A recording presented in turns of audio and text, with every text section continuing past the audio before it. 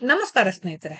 Big boss Kannada 12ರಲ್ಲಿ ಈ ವಾರ nomination ಪ್ರಕ್ರಿಯೆ ತೀವ್ರಗೊಂಡಿದೆ. ಅದರಲ್ಲೂ ವೈಲ್ಡ್ ಕಾರ್ಡ್ ಎಂಟ್ರಿ ಮತ್ತು ಸ್ಪರ್ಧಿಗಳ ಮಧ್ಯೆ ಮಾತಿನ ಚಕಮಕಿ ಜೋರಾಗಿದೆ. ಈ ವಾರ ಅಶ್ವಿನಿ ಗೌಡ ಅವರು ನಾಮಿನೇಟ್ ಮಾಡುವ ಅಧಿಕಾರವನ್ನ ಕಳೆದುಕೊಂಡು ಚೈತ್ರಾ ಕುಂದಾಪುರ ವಿರುದ್ಧ ಕಿಡಿಕಾರಿದ್ದಾರೆ. ಇದರ ಮಧ್ಯೆ ರಜತ್ ಅವರು ಅಶ್ವಿನಿ ಗೌಡ ಅವರನ್ನ ನಾಮಿನೇಟ್ ಮಾಡುವ ಸಂದರ್ಭದಲ್ಲಿ ಜೋರು ಜಗಳವೇ ನಡೆದಿದೆ. ಬಿಗ್ ಬಾಸ್ ಕನ್ನಡ 12ರ ರಾಜಮಾತೆಯಾಗಿ ಸಖತ್ ಸೌಂಡ್ ಮಾಡಿದ್ದ ಅಶ್ವಿನಿ ಗೌಡ ಕಳೆದ 2 ವಾರಗಳಿಂದ ಅದ್ಯಾಕೋ ಫುಲ್ ಸೈಲೆಂಟ್ ಆಗಿಬಿಟ್ಟಿದ್ದಾರೆ. ಜಗಳಕ್ಕಂತೂ ಅಶ್ವಿನಿ ಗೌಡ ತಲೆ ಹಾಕುತ್ತಲೇ ಇಲ್ಲ.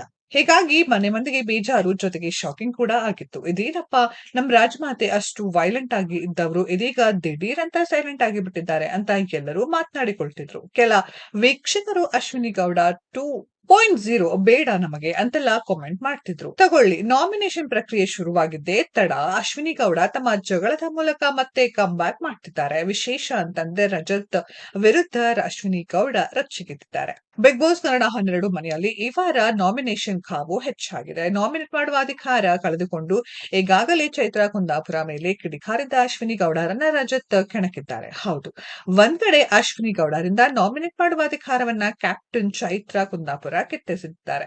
ಇನ್ನೊಂದ್ ಕಡೆ ರಜತ್ ಬುಜ್ಜಿಗೆ 4 ಜನರನ್ನ ನಾಮಿನೇಟ್ ಮಾಡುವ ಅಧಿಕಾರವನ್ನ ಚೈತ್ರಾ ಕುಂದಾಪುರ ನೀಡಿದ್ದಾರೆ. 4 ಸ್ಪರ್ಧಿಗಳನ್ನ ನಾಮಿನೇಟ್ ಮಾಡುವ ಅಧಿಕಾರ ಪಡೆದ ರಜತ್ ಮೊದಲು ಧ್ರುವಂತ್ ಅವರನ್ನ ನಾಮಿನೇಟ್ ಮಾಡಿದ್ರು.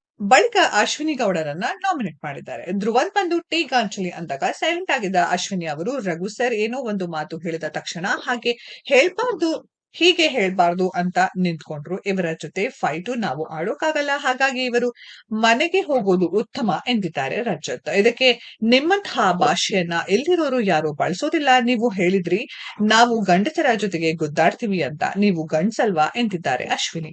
ಸ್ವಿಮ್ಮಿಂಗ್ ಪೂಲ್ ನಲ್ಲಿ ತಳ್ಳಿ ನಾಮಿನೇಟ್ ಮಾಡುವ ಪ್ರಕ್ರಿಯೆ ಆಗಿರುವುದರಿಂದ ರಜತ್ ಸ್ವಲ್ಪ ಜೋರಾಗಿ ಅಶ್ವಿನಿ ಅವರನ್ನ ತಳ್ಳಿದ್ದಾರೆ. ಇದಕ್ಕೆ ಕೋಪಗೊಂಡು ಅಶ್ವಿನಿ ರಜತ್ಗೆ ಹೇತು ಕಚಡ ಎಂದಿದ್ದಾರೆ. ಇದಕ್ಕೆ ರಜತ್ ನೀನೇನು ಹೇಳೋದು ನನಗೆ ಕಚಡ ಎಂದಿದ್ದಾರೆ ರಜತ್. 2 ವಾರಗಳಿಂದ ಸೈಲೆಂಟ್ ಆಗಿದ್ದ ಅಶ್ವಿನಿ ಗೌಡರನ್ನ ಅಂತೂ ರಜತ್ ಬುಜ್ಜಿ ಕೆಣಕಿದ್ದಾಗಿದೆ. ಇನ್ನೇನಾಗಲಿದೆ ಅನ್ನೋದನ್ನ ಇಂದಿನ ಎಪಿಸೋಡ್ ನಲ್ಲಿ ನೋಡ್ಬೇಕಾಗಿದೆ.